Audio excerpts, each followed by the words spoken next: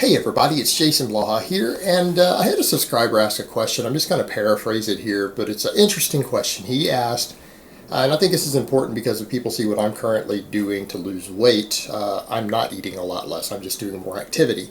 So he asked, which is better for body composition, for purely body composition? If you don't care about anything else, is it better to just eat less calories to create a caloric deficit? Or is it better to do more physical activity to burn more calories? All things being equal, which one would produce better body composition results if that's all we care about? So let me put on my +5 out of weaponsmithing, work on skill at my crafting a little bit, and let's talk about this. You know what? I always hate it when people kind of put things that way. Do you know why? Because I can assure you, most of you care about more than your body composition. Meaning very, very few people who train only care about their body composition and nothing else. Meaning, if you could have the best body composition possible, do you care if you're dead in 6 months? Well, you would say, yeah, of course I don't want to be dead in 6 months. Then why would you ask a question like that? If you don't care about your health or dying in the near future, there are plenty of ways to maximize body composition that have enormous risk to your health. Why would you ever say that? And I'll give you, and this is again an extreme example. Extreme examples. But for example, anyone who cares about body composition as their most important goal in their life, they don't care about anything else, why wouldn't they just use as much tren as they could possibly get their hands on? I don't mean what's a reasonable dose, I mean as much as they could possibly afford. If you don't, people say, well, the side effects would be horrible, it could damage my health, it's illegal, I don't want to inject myself with an oil every single day. Okay, so then in other words, you have other things that are more important to you than body composition. You want to live longer, you don't want to go to jail, stuff like that. So why would you ever ask purely for body composition? Because I'll be honest, I don't think you're going to see much difference from either method. Meaning a 500 calorie deficit for someone who weightlifts is probably going to take about the same amount of fat off whether they're eating 2,000 calories and only have a TDE of 2,500, or if they're eating 3,000 calories and burning 3,500 a day because of a lot of extra cardio.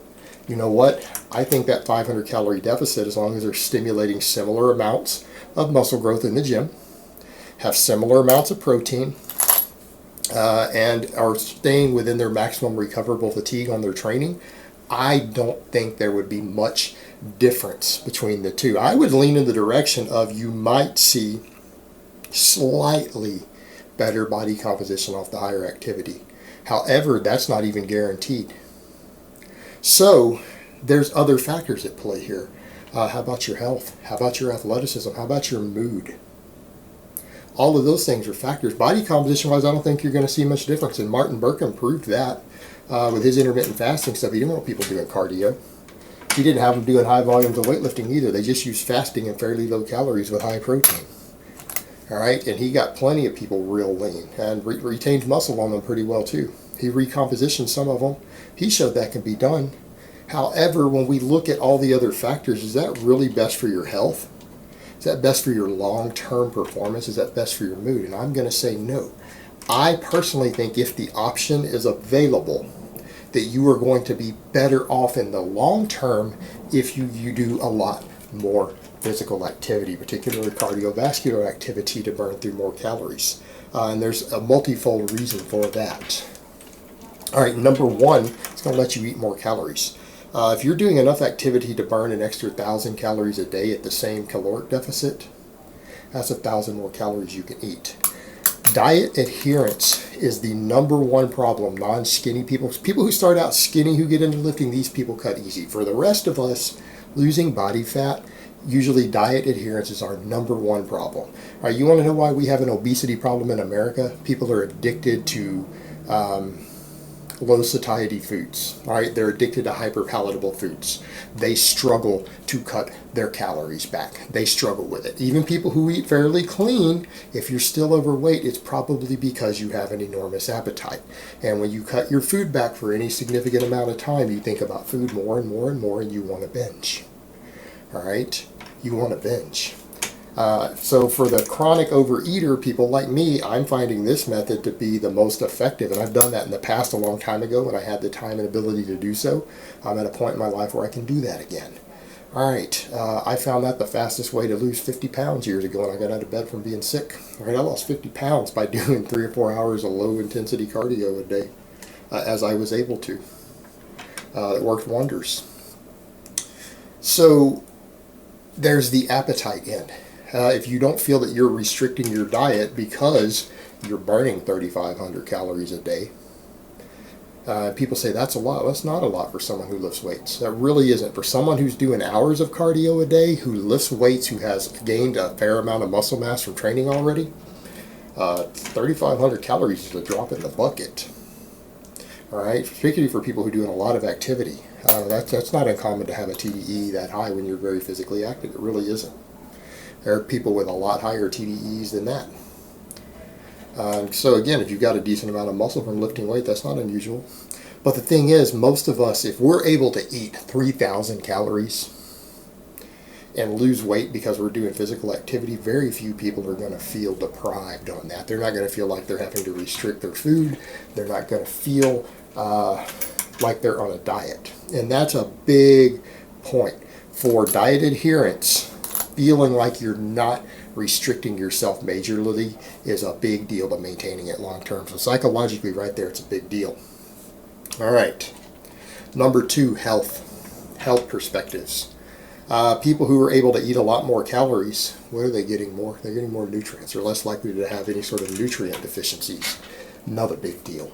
A lot of people who they cut their calories low. Maybe their food choices aren't always ideal in terms of micronutrients. They end up developing dietary deficiencies, potentially because of their food choices. Not ideal for health. All right, not ideal for health. Or maybe not getting as many vitamins and minerals from actual food. When you're eating a lot of calories because your activity is higher, it's a lot easier to get all your basic nutrition covered. All right, a lot easier. Then there's the other health aspects. Doing cardio is good for you. Lifting weights is good for you. So if you have a lifestyle that allows you to do significant amounts of both, particularly even on restricting calories to lose weight, your overall cardiovascular capacity, your heart, your health, your risk for various diseases is going to be lower. So people who use large amounts of physical activity to do this in the long term are going to have better health for it. You're going to have better health. Also going to have more athleticism because you're going to have more stamina. You're going to have more work capacity. So here's the next question I would ask you. In the short term, we can talk about body composition all you want.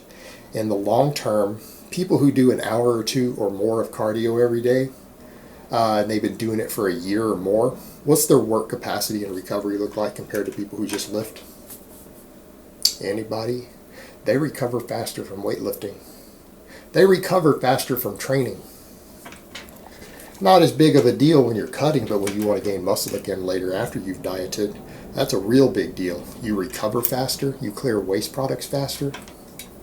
Also, what else do they have? Higher work capacity because they're more athletic, they're in better shape. Shape is not your body composition. Being in shape is your total strength, flexibility, cardiovascular capacity. All these things are part of being in shape. It's not just your body fat. All right, you could starve yourself down and get into shape. Doesn't mean you're healthy or fit.